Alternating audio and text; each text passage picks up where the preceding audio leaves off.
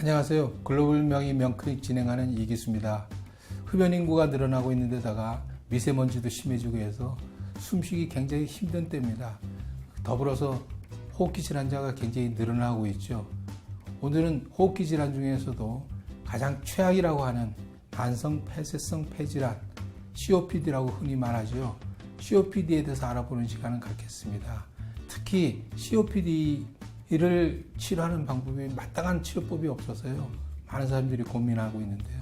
한의학적인 방법으로 치료하면 증상 개선하는 데 굉장히 도움이 된다고 합니다.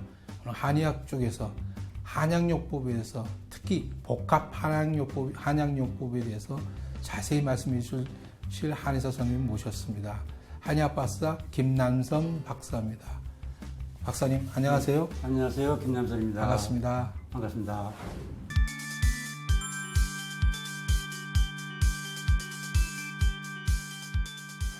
COPD라는 게 어떤 것이고 폐섬유화증이 어떤 연유로 해서 COPD를 유발하는지 네. 설명해 주시죠. 네.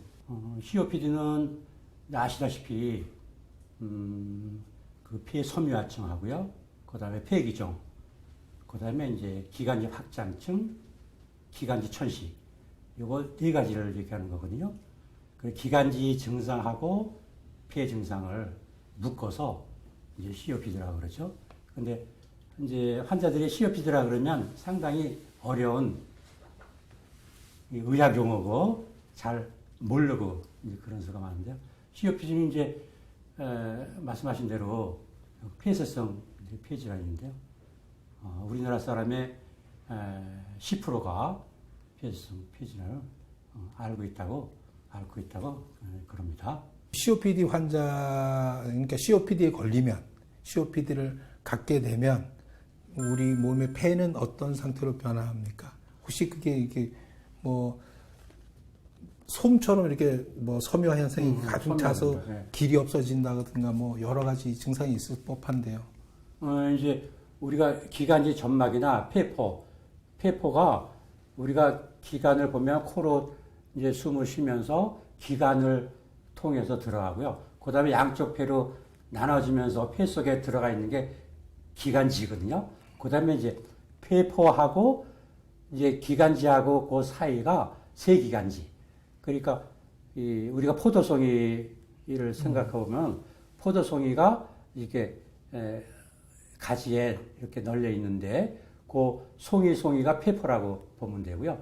그 세 기관지에 폐포가 붙어 있는데 그 폐포 하나하나 사이에 그 폐포막이 있어요. 그 폐포막이 이제 이 폐의 영양 공급을 잘 받아가지고 그 다음에 폐포막이 말랑말랑하고 부드럽고 선홍색을 띠어야 되거든요. 근데 COPD 환자는 그 폐포막이 섬유화되는 거 딱딱해지고요. 석회화 되고 그렇게 되면서 제 기능을 발휘를 못하는 거죠. 네. 이렇게 보시면 여기에 이렇게 희게 나오는 게 이 산소가 많이 들어간 건 검게 나오고 산소가 부족한 건 희게 나오거든요. 그러니까 섬유화증이 있다든지 폐기종이 있는 환자인데요. 이렇게 이런 데가 이렇게 음영이 있으면 여기에서 산소를 받아들이는 힘이 없기 때문에 제대로 일을 못하죠. 그러면은 다른 폐포에서 이만큼을 일을 더 해야 되거든요. 호흡하는 일을. 그러면은 이제 이 폐 전체적으로 많이 커지게 돼요. 용적이 늘어난다고 이게. 확장되는군요. 전체적으로 확장처럼. 확장이 돼요. 기관지 확장처럼. 그러면은 여기에 이제 흉막이 이렇게 있는데요. 여기에 이제 흉격이 받치고 있어서 더 이상은 못 커지죠. 그러니까 심장이 있기 때문에 이게 이제 커지면 심장도 압박이 되기 때문에 이제 심장 천식도 올 수가 있습니다. 폐 때문에.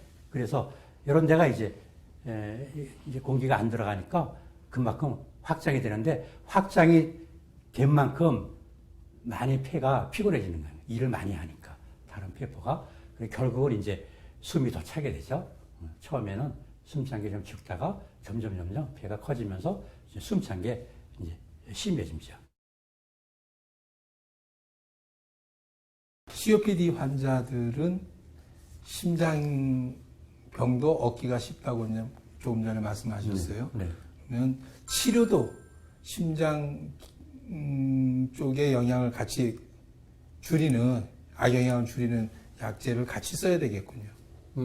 그래서 이제 최신 이제 치료법이요 나왔는데요. 그게 이제 한방 칵테일 복합 약물 치료거든요. 칵테일 치료라는 거는 여러 가지 약제를 혼합해서 이제 심폐 기능도 좋아지게 하고요. 또 폐, 또 기관지, 심장 이 세 기관을 한꺼번에 치료하면 치료 효과가 굉장히 이제 높아집니다. 아, 폐하고 심장하고 다 같이 쓸 수 있는 걸 복합적으로 쓴다. 네, 복합 처방을 네. 이제 하는 거죠. 그러니까 복합 한약요법이라고 할 수 있겠네요. 네, 그게 이제 칵테일 네. 요법이죠. 네. 복합 한약요법에 들어가는 약재들은 주로 어떤 약재들은 결국은 심장에도 좋고 폐에도 좋은 약재들일 텐데요. 어떤 약재들이 있습니까? 약재는 이제 기본 약재는요, 이제 폐에 좋은 폐의 수독을 빼주는 이제 그거는 상한론에 나와 있는 건데요. 수독 제거하는 약이에요. 그거는 몸에 수분을 빼주는 거죠. 그게 이제 소청용탕이라고, 그것도 일본 이제 의사들도 굉장히 많이 쓰는 약물이고요. 그 다음에 이제 소건중탕, 그것도 이제 상한론, 중국 상한론이라는 책에서 나온 건데요.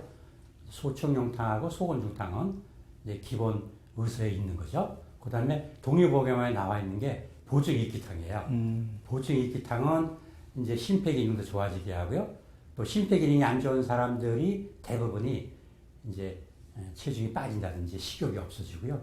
그 다음에 소화 안 되고 그런 이제 부차적으로 만성 무기력증이 생기거든요. 그래서 소충용탕을 첨가해서 이렇게 세 가지 약을 이제 쓰는 거고요. 그 다음에 이제 그거는 탕약이 처방이 구성이 되고요. 그 다음에 이제 알약, 환약이 있는데요. 그거는 이제 환약 처방으로 해서 하루에 오전, 오후 먹고 탕약은 아침, 점심, 저녁 먹고 이렇게 해서 하루에 5번 복용하는 게 칵테일 요법입니다. 새롭게 현대인의 몸에 맞게 새롭게 가미됐다거나 이 기본 처방에서 중요한 약재가 있을 텐데요. 어떤 약재들입니까? 네, 제일 중요한 게 이제 노경이 제일 중요하거든요. 근데 노경은 조혈 기능이 많아요.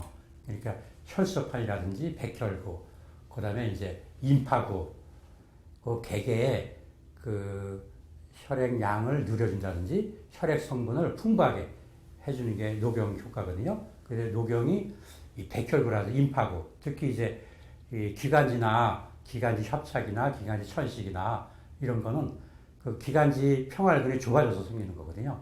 그래서 그런 분들은 백혈구하고 임파구를 풍부하게 만들어 가지고요. 노경이 그 평활근 재생을 시키는데 이제 기여를 많이 하고요. 그다음에 이제 폐의 폐포 기능을 살려주고요. 또 폐포벽을 영양을 충분하게 줘가지고 재생시키는 능력이 탁월합니다. 복합 한약요법에는 탕약하고 알약 외에 다른 금방 뭐 침이라든가 이런 다른 방법은 없습니까? 네, 보완적으로? 우리가 이제 해보면 치료 이제 해보면요, 칵테일 요법이 90% 정도 효과가 있고요. 이제 약 먹는 효과가, 그다음에 이제 10%는 재활, 호흡기 재활이 있고요. 그다음에 침 맞고, 그다음에 이제 전자뜸, 경락, 심폐 등에 있는 심폐 경락 뜸 치료하고요. 그다음에 이제 경락 레이저를 이 석션에다가 레이저를 붙여가지고요. 네.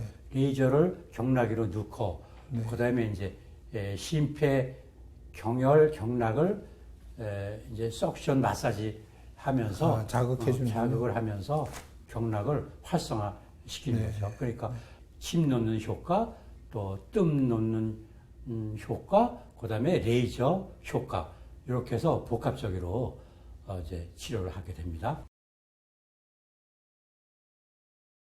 어렸을 적부터 제가 이제 천식기가 있었어요. 그래가지고 뭐 좀 피곤하다든지 밤에 잘 적에는 쌕쌕거리고 또 감기라든지 이랬을 적엔 더 심하고 그랬습니다.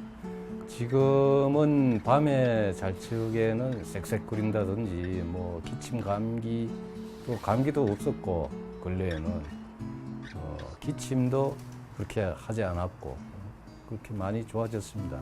그리고 숨 찬 거가 전에는 뭐 한 1, 2층 올라가도 좀 굉장히 힘들었는데 요즘은 한 4, 5층 정도는 이렇게 올라갈 수 있습니다. 거기서 많이 좋아졌다라고 제 자신이 생각합니다. 2016년도 6월 달에 대학병원에서 그 건강검진을 받았는데 그 COPD라고 그 호흡기 질환이 있어서 치료를 받으려고 병원 몇 군데를 다녔어요. 근데 그 뚜렷한 치료 방법도 없고 치료가 안 돼서 이 병원에 와서 지금 3년째 치료를 받고 있어요. 일주일에 2번씩 와서 침 맞고 물리치료 받고 지금까지 2016년부터 한약, 탕약 그것을 하루에 2번씩 먹는 것을 지금까지 계속 먹고 있어요. 지금 운동을 하느라고 우리 동네 그 둘레길을 한 3km 되는 길을 매일 그 운동을 하는데 처음에는 숨이 차고 힘들어서 그 가다가서 그냥 3km 걷는데 한 5번 이상 쉬어서 갔어요. 근데 지금은 한두 번만 쉬면은 그냥 다닐 만큼 많이 좋아졌어요.